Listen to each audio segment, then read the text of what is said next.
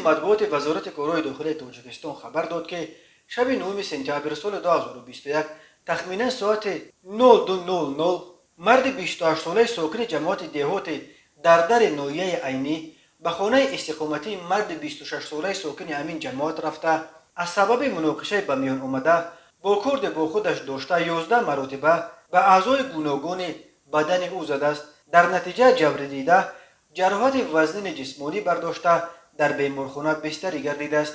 نسبت به گمان برشونده بر اساس قسم سوم ماده 32 و قسم یکم ماده 104 کودکس جنایتی جمهوری تاجیکستان با اتهام سوء قصد به کشتار پرونده جنایتی آغاز کرده شده تفتیشات ادامه دارد و او بر اساس این بند قانون از 8 تا 15 سال زندان تهدید میکند. سبب مناقشه بین دو همدیه که با چنین عاقبت خونین انجام یافت گفته نشده است.